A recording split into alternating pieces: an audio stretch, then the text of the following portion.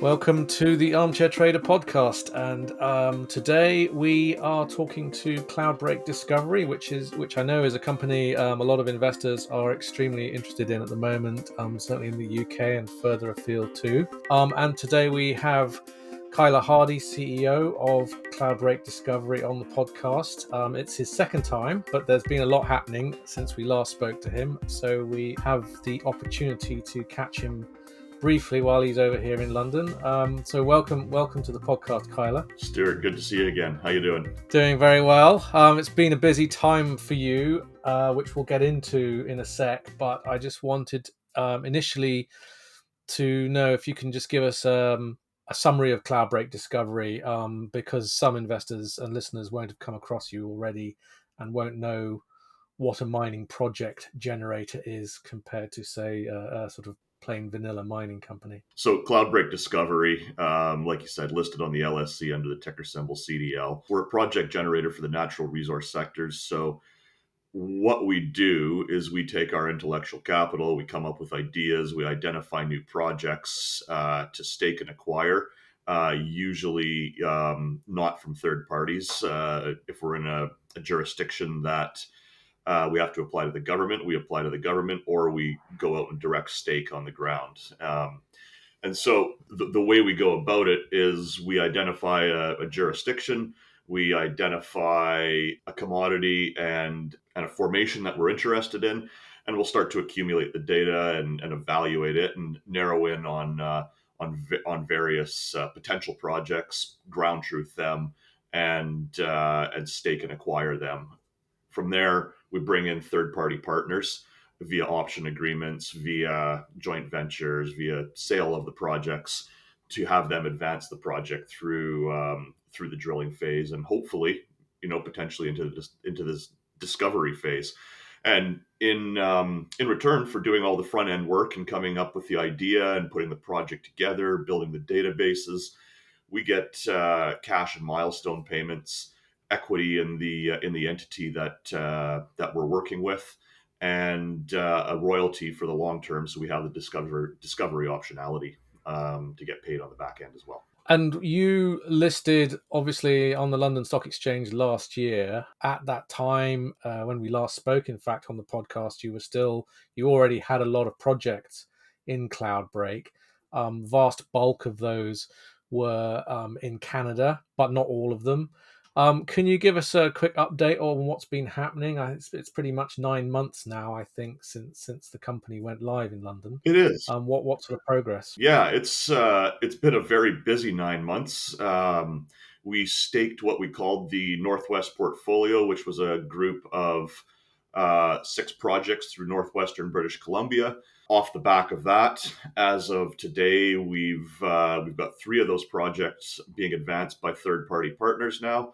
Additionally, we've put together a strategic alliance for the Western United States with a Canadian-listed junior called Alianza Minerals. We've staked 2 projects with them to date, executed a first phase exploration program on one of the projects being the Klondike project, came up with 6 kilometers plus of mineralized structures on that one, and ultimately brought a partner in, Allied Copper, a Canadian-listed junior, to advance that on our behalf under an option agreement. And secondarily, they also have recently picked up the State Line project from us and Alianza, and we'll be advancing that as well. We should be seeing 2 drill programs across those projects this year, following up on the early stage mapping and prospecting programs. So those 2 projects down there, SEDEX hosted copper is what we're looking for. We're looking at it as it's associated with the Lisbon Valley mining complex in the Paradox Basin, with one active mine that I recall off the top of my head is private equity backed right now, called the Lisbon Valley Mining Company of all things. And then the projects in northwestern British Columbia, those are all polymetallic. And we staked those with the theory that the glaciers had receded, opened up new ground. That's how a lot of the new discoveries in northwestern British Columbia are coming about these days. That and geophysics. And we executed a first phase exploration program across that portfolio. with results pending. And but regardless, we did end up bringing in 3 partners off the back of field observations. So it's been an active 9 months. We have a total of I believe it's 13 of the 17 projects being advanced by partners now. As part of the portfolio, the several of the other partners, namely Norseman and Temas Resources, have been advancing their projects that we've optioned or sold to them. Norseman recently came out with some great copper silver results off of the Caribou project in northern British Columbia. Over 30% of their samples were over 1% copper. One particularly high grade copper anomaly was a 42% copper, which, wish we could have a little bit more of that across the portfolio, but it's never that easy now, is it? Temas is actively executing a PEA on the LaBlache project, which we have a large equity stake in Temas, as well as a royalty on LaBlache. So, as you can see, even our partners have been busy over the last 9 months. Have you noticed from your perspective there's been a big change? Because obviously there was a stage with the mining sector with the pandemic. A lot of mines were not on sort of exploration projects were not allowed to operate or were under a lot of restriction. How are you finding it now that things are starting to open up again? Well, 2 years in, everyone's sort of figured it out now, finally, I think, on the exploration and how to execute an exploration program under extremely restrictive conditions. And it doesn't seem to have hampered extensively the advancement of our projects. With that said, it is nice to see things opening back up. It's making some international travel a little bit easier, so we can look into West Africa, where we've got a keen interest and are actively evaluating a number of projects right now for acquisition and advancement. But up until recently here, it's been too hard to get boots on the ground there. So this will obviously be making your life a little bit easier now because you can actually go out and see projects. When we last spoke, you were saying that Cloudbreak Discovery, whereas it has a lot of very good projects in Canada that are in that valuable tier one mining jurisdiction, you were looking at a lot more opportunities further afield. You mentioned Africa already. Is that your plan to make it a little bit more globally diversified? Yeah. So one of the reasons we listed in London and not in Canada is because we do have aspirations of making a much larger footprint, specifically in West Africa. And we're also looking at Zambia, but we can only spread our wings so far. And we find that UK, European investors generally understand Africa better than North American investors. So that's a big reason why we listed here and not in Canada. As we start to advance our project generation out here, looking for ideas from gold to bauxite into some of the base metals. We've looked at iron ore a little bit. There's been some interesting projects put forward by third-party prospectors and partners throughout that West African region: Guinea, Sierra Leone, Liberia, Cote d'Ivoire, Ghana. That's really the area that we're looking through in that region there, and quite comfortable there. Predominantly French speaking, which is convenient for us as Canadians, as a lot of us speak French as well, so it really helps. As a mining project generator, obviously you're very reliant on your network, your relationships with the mining companies that you're going to work with on these projects, but also presumably on the actual finding these new sort of the needles in the haystacks that will become successful projects going forward. Is that something that you draw on a network for as well? It is. That's a really good point, actually, and one I'd like to highlight. We do have a great team in house. We both Cam and Rory, excellent geologists, but with 2 primary geologists, we can only do so much. We draw on region and commodity or formation specific skill sets from third parties extensively, with us taking an overview look at it to make sure we understand it and we like the way it's being put together, or we get to cancel it quite quickly. This allows us to be quite nimble as well, so we can draw on the right consultant from the right jurisdiction and not be moving our own people around the globe all the time in order to do something that place like Cote d'Ivoire that's got a very well developed exploration sector, some great geologists based locally. They know the regions that we're asking them to work in. They know the pitfalls. They know the benefits.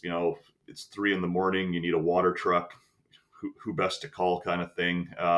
So it does cost a little bit more, but also, they're only engaged for the period of time that we require them there. We like the model. We like the contractor model to enhance what I consider to be a world-class technical team already in-house. Obviously, last year there was a lot of complaints from people in the mining sector about how some of the prices were moving in metals, but the stocks, some of the smaller miners weren't moving. In fact, they were going in the other direction. We're obviously seeing gold and copper, particularly, but also, I was talking about nickel earlier on today.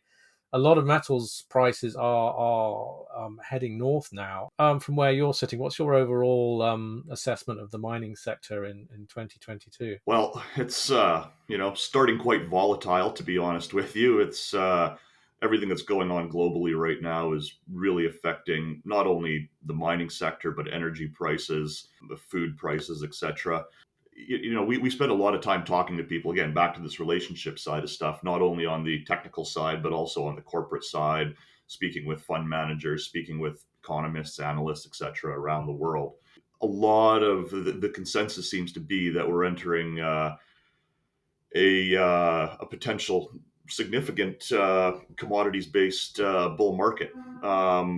I don't think we're into it early stages right now, but I think that there's a long way to run.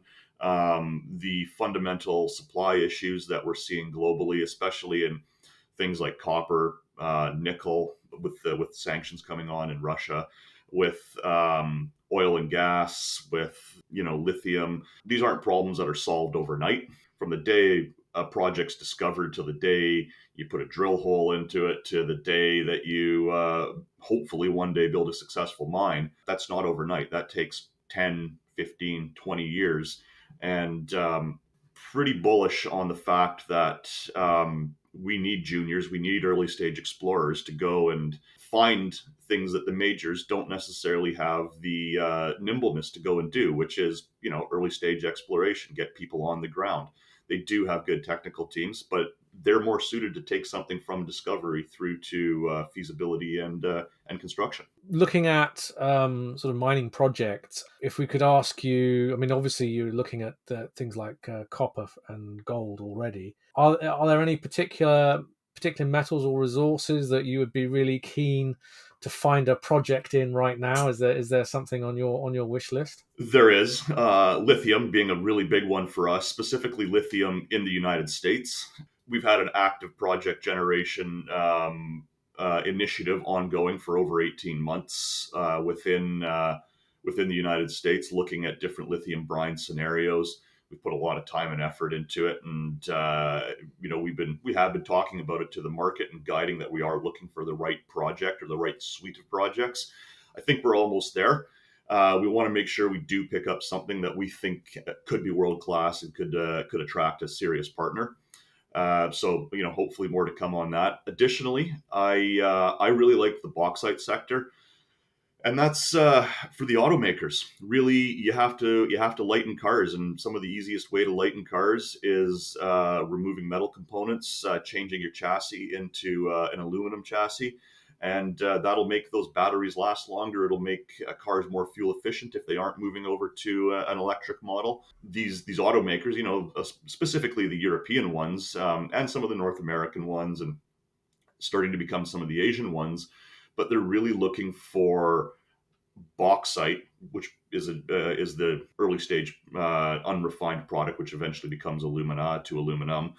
They're looking for ethically built, ESG compliant bauxite deposits, and a lot of those right now, it's you see, it's the classic. You see the big red pit of sludge, and that's toxic. You need to be able to from the early stage, from the outset of building a project, you have to be thinking about how we're going to deal with that, and we want to find a good project and a good partner to bring in on that project for the long term that can hopefully build an ESG compliant and long-term sustainable bauxite project to supply the alumina and aluminum sectors globally. You mentioned that technology, mining technology, prospecting technology is becoming a little bit more of a game changer. I mean, from your perspective at Cloudbreak Discovery, the emphasis for you there is finding stuff at an early stage that you can then develop with partners.